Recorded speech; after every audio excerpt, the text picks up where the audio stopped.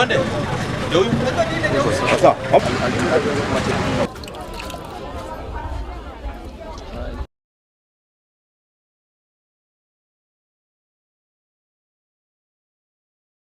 Sasa sheria ni sheria, na ndio tumeweka department zote za enforcement na askari.